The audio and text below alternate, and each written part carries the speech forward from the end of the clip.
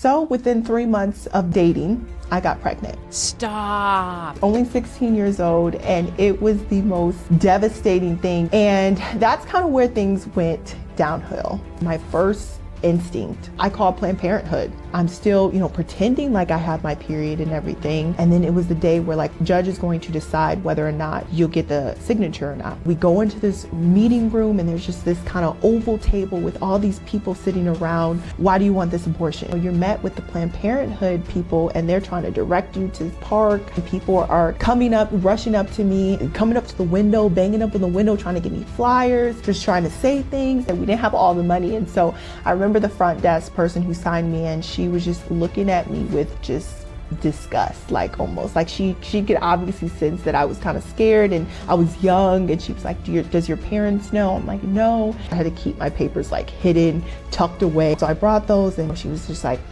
she shook her head. She was just like, I'm sitting right next to the abortion. So all I'm hearing is screaming, women coming out, being wheeled out in wheelchairs. And I'm just thinking I have to go next, I'm next. So it was my turn, and I just remember screaming the entire process, and 2 nurses on the side, they had to hold me down, literally. I was just completely lost. And so I kind of went into this spiral, drinking, party girl. We were known as those party girls in college, the club girls. Our guest today was just 16 when her world turned upside down, pregnant, scared, and too afraid to tell her parents. With the courts involved, she made the controversial decision to have an abortion, a secret she carried into her college years. But life had more twists ahead. As a Division I athlete, she found herself facing another unexpected pregnancy, this time with twins. Before that turning point, she was chasing identity in all the wrong places, experimenting with drugs, alcohol, and same-sex relationships, searching for where she belonged. What came next is a story of brokenness turned into purpose, struggle turned into strength. So buckle up, because today you'll hear how Kaylynn went from rock bottom to the unforgettable moment of walking across that graduation stage with her twin boys on each hip. Now, imagine being a student mom in college, carrying a backpack in one arm and a baby in the other. That's the reality for the women we serve. Your financial gift makes it possible for women like her to keep going so they can finish and graduate and change their family's future. Consider making a tax-deductible donation using the link in our show notes, or if giving isn't possible right now, consider a free way to help us by leaving a 5-star review. It takes just a moment and it allows these stories to reach the people who need them the most. All right, this is a good one. You won't want to miss it. Let's welcome Kaylynn to Unplanned and Untold. Well, Kaylynn, thank you so much for joining on the podcast today. I have heard little bits and pieces of your story, and I am so excited to ask you all the questions. Thank you so much for having me. I really do appreciate it, for giving me that, platform to tell my story. Absolutely. So I always have our guests take our listeners back. Give us a little insight into what it was like growing up in your family and what high school life was like for you. Yeah. So I grew up in a big family. There were 6 of us, wow. 3 girls, 3 boys. So it was a lot of fun, very loud, but we were homeschooled. And so that was another awesome part of everything. We were homeschooled, and, we had Bible as a subject, and, we grew up Christian and all the things. And so, it was just really, really fun. It was close knit. We were all just really, and let me just say too, I also have a twin sister. So an identical. My gosh. Yes. I have an identical twin sister. And so we grew up really, really close. And so, like I said, we grew up Christian. We did the Bible Bees, Awanas, kind of all the homeschool co-ops and things. And so, I, grew up, just kind of feeling that close-knit family. I didn't end up going to high school until I was 14 years old. And so, so the reason was because we got involved in sports. And so we were playing volleyball, and volleyball was just our passion. We're we're going to go to college for this. We just found out that we were super good. And, I before, a little bit younger, we were like kind of known as the chunky, me and my twin sister. We went through it together, so we would both get the hate. But we were kind of known as chunky. And so when we wanted to start playing volleyball, we're like, we got to shapen up. We got to lose this weight, which actually kind of led to some eating disorders. But, we started, playing in volleyball. And so my mom sent us to an all-girls Catholic school. Okay. And so no boys at all. And it was definitely just kind of an interesting dynamics. We loved it though. The girls were super, super nice. And then obviously they were really, they were top ranked for volleyball. So it was definitely, nice and stuff. And at the same time, though, my parents got a divorce. And so my parents were married for 20 years. And, that it was just kind of devastating. Mm-hmm. And I think that, kind of definitely played a role in just my behavior and, not having a dad in the house. We all moved to my mom's, my mom got a place or whatever, and we all moved there. And my mom had been in the home for, since she's had us. And so she never worked. And so it was kind of like, what is she going to do? So she ended up landing this teacher position at our what would be our next high school. So she had to take us out of this high school, and we were devastated. We were kind of acting like brats, like, Mom, like, how could you do this? Like, we were so good there. And, thinking back, it's like, come on now, like, she's a single mom. She's learning to figure this out. Like, she's trying to get a job. Like, it was, so, we've had conversations, and we're just like, we honor and thank her so much. But so we ended up going to this Christian, Christian co-ed school. Okay. And that's kind of where things went downhill. Now, if you remember, my first high school, it was just all girls, no problems, all girls, right. no problems. no issues there. And now you went from homeschooling to all girls to now a co-ed school. So this is where it gets interesting. This is where it gets really interesting. And so, like I said, when we came there, me and my twin sister were on the volleyball team, and all the boys are flocking to us. We had never experienced this before. We're like, what is going on? Like, this is heaven. And those short shorts, because I used to play volleyball, and I look back at those photos and I'm like, dang, I didn't realize how short and tight those spandex shorts are. Yes. And even too, because our Christian school, like, we had to wear jeans. So then once we went into volleyball, the spandex were on and everyone's in the gym, like. It's the most watched sport in high school, and I never understood that till I was older. And I'm like, light bulb, everyone's wearing short spandex shorts. Right, yeah. Thankfully now they have leggings now, but it was funny. But so that is where essentially I met my boyfriend. Okay. And so I met him at 16 years old. I was 15, but we started dating when I was 16 years old. Gotcha. And, like I said, I grew up Christian, and I knew, like, don't have sex before you're married, and that was ingrained in my mind. And I was telling him this, but we just always teased around the subject. We always were talking about it, and, you don't really just know just how strong temptations can be until you're in that moment, right? And young. Y'all are babies. Yes. 16, and he was actually a year younger than me. And so we ended up having sex, and we were doing it a lot. And it was just like, it opened a whole new world. And so within 3 months of dating, I got pregnant. Stop. 3 months. Yeah, 3 months, only 16 years old. And it was the most devastating thing. At this time, I was, me and my twin sister, we were being recruited by like top schools, Power 5 and top Big 10 schools. Wow. And so, we were like, wow, like, we're going to really go somewhere with this. We're, excelling in academics and the court, and the high school volleyball as well. So I just remember, so I was actually out of town, and I was with some family, and I remember laying on this blow up, and I had a Capri Sun, and I drank took a sip of the Capri Sun, had to go to the bathroom instantly, had to go pee. And I was like, something is not right. A woman knows when something's not right with her body. And I just knew, you know, and, you know, I was telling my boyfriend, like, something's not right. Like, am I pregnant? Like, I don't know. And something that was confusing me too was implantation bleeding. And so I would think like, oh, it's coming, like, you know, cause you see like the pinkish and no, it would go away. And so end up taking a pregnancy test and it was pregnant, and me and my twin sister were just hysterically crying. I did not know what to do. We're in our room, you know, our room was down in the basement. So we were just crying, and, you know, I'm on the phone with my boyfriend. And so I'm like, what do I do? And my first instinct, I don't know why, I don't know if social media or like just television played a role in this, but I called Planned Parenthood. Wow. And I, you know, was crying to them like they were my parents. And I'm like, I don't know what to do. Like literally just boo-hooing, crying on the phone. And, you know, they're like, take a deep breath. And, you know, they gave me two options essentially. So one was to, you know, tell my parents, obviously, get a judge's or tell my parents or get a judge's signature.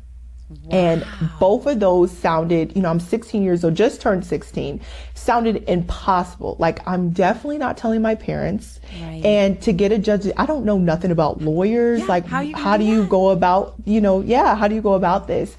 And so I just remember just feeling just kind of like, man, like, how am I going to get this done?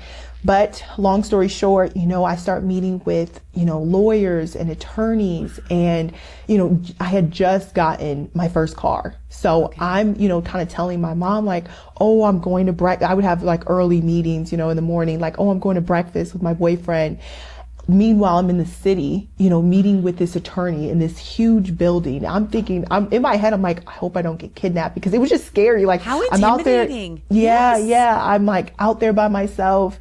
And, you know, I don't even honestly, I didn't do much in terms of the meetings. Like they showed me a bill one time. I was like, I don't have money for this. They were like, don't worry, we'll take care of it.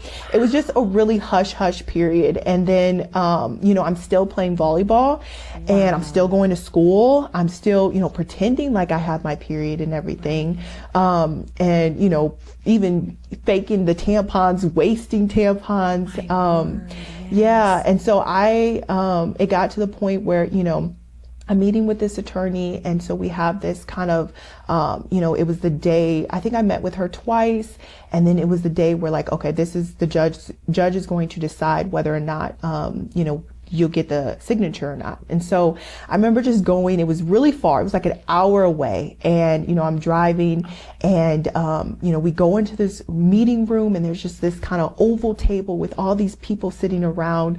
The only person I know is my attorney. And, you know, they're talking about, so, you know, so why do you want this abortion? You know? And so I literally said that I had, you know, college, you know, people recruiting me and stuff. Like, I can't have this baby. And then I also mentioned how, you know, my parents wouldn't support me.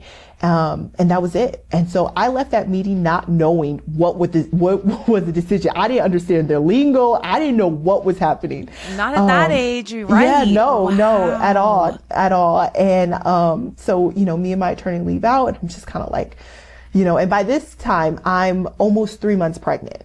So I'm pretty far along. I can't get the pill no longer. So it would be a surgical abortion. So we leave out the room and she tells me, you know, they granted you the signature. And so I kind of felt a little relief, but also I'm also kind of like at the same time, you know, I'm almost 3 months along. I'm kind of like just kind of entertaining the idea of like keeping this baby. And, you know, like I would hold my stomach and like, it was just this weird, you know, feeling that like, what if, you know, but I kind of just shoved all those thoughts too behind, you know, my head and like just kind of buried it there. It was now, you know, I had this judge's signature. It was now the matter of getting the money, because they're not cheap, right? And so I just turned 16, just got my car. I'm not working. I'm playing sports. He's not working. That money sounded like $1 million at the time. Sure. Like how are we going to get this money?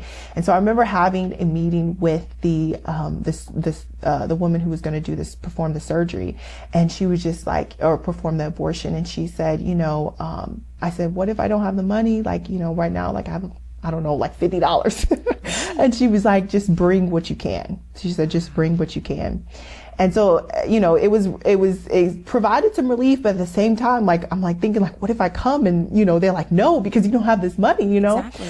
and I'm getting far along, you know, so I end up scraping up.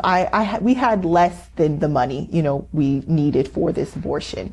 But, you know, the day came for the abortion. And of course, the same day as my scheduled abortion was the same day I had a volleyball tournament. No way.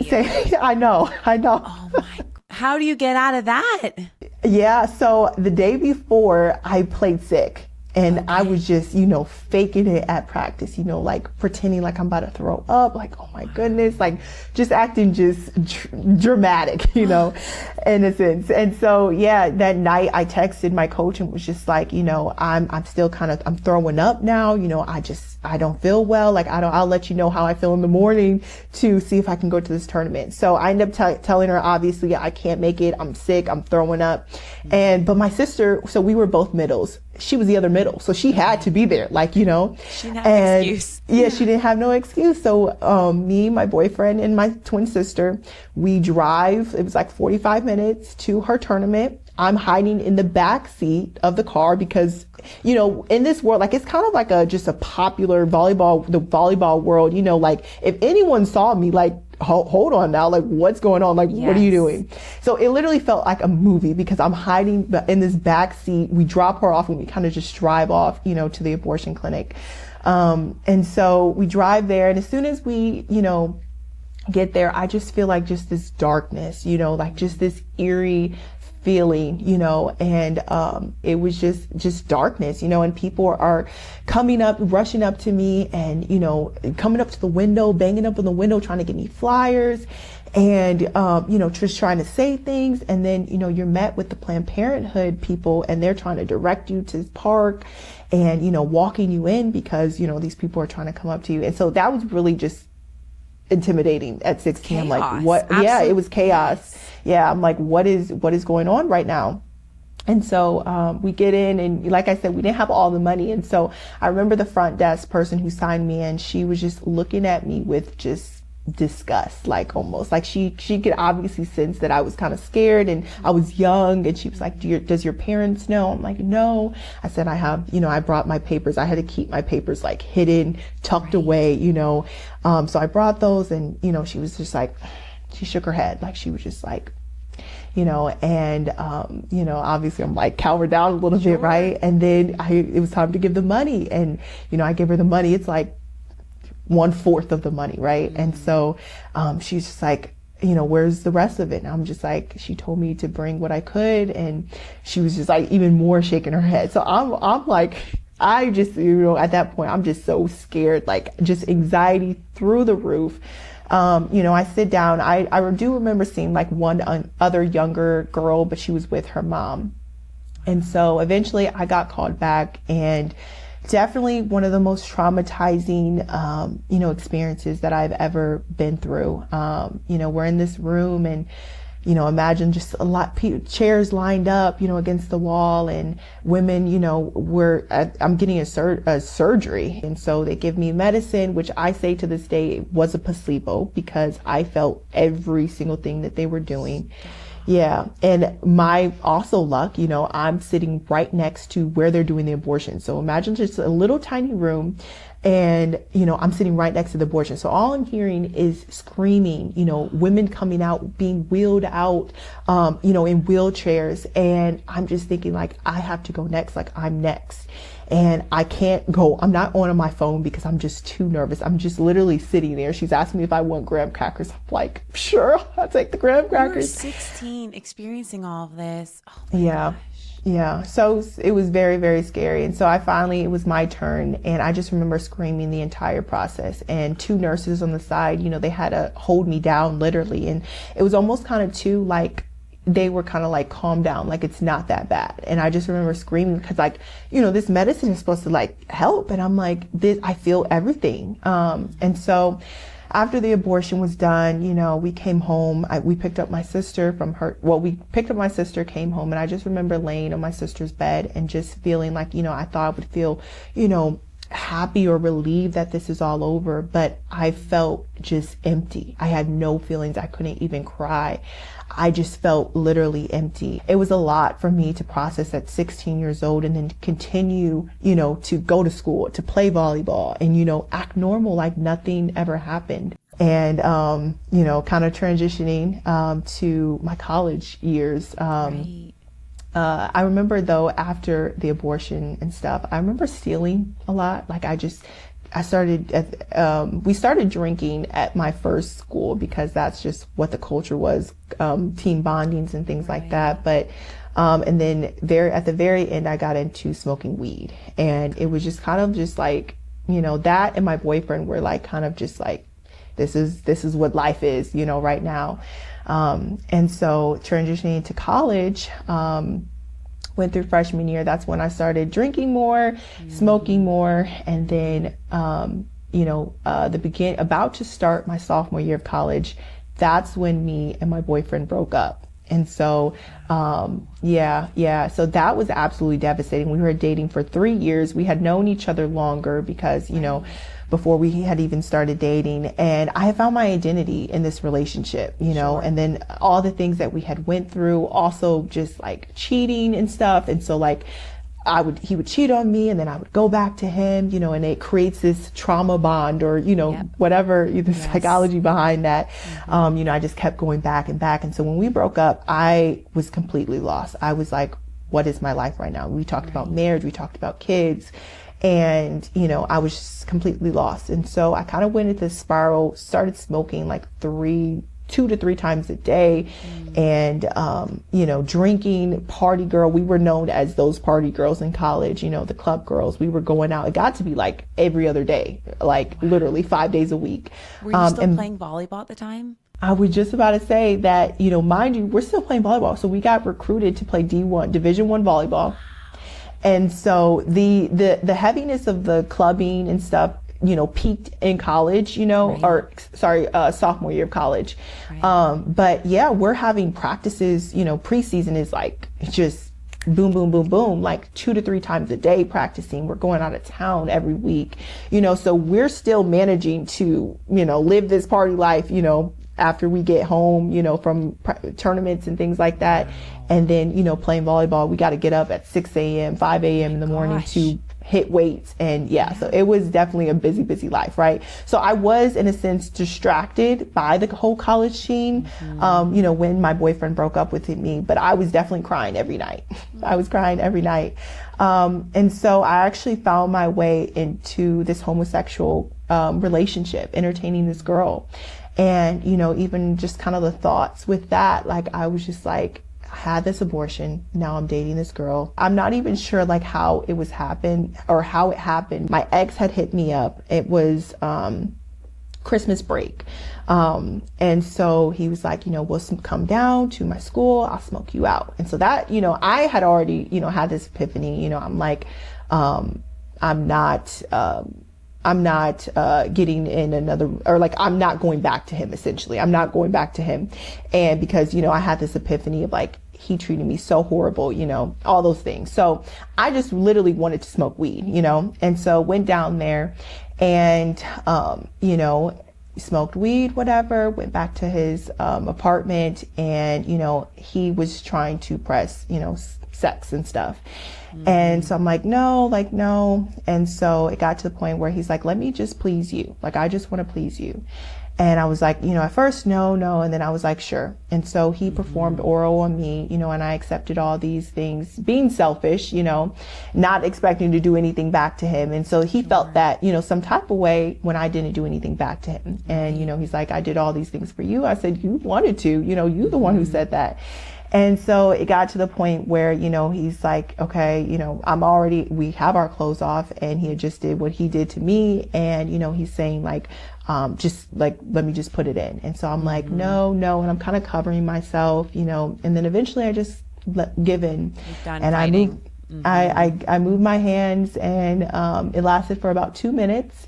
And then afterward, he said, I noticed when he ejaculated in me, and I said, did you just ejaculate in me? Right. And because he knew, we had a conversation, he knew I wasn't on birth control. I got off after my first abortion, I had gotten on birth control, right? And so he knew I got off like after we broke up and stuff. And so, he was like, yeah, and F you for not sucking my D.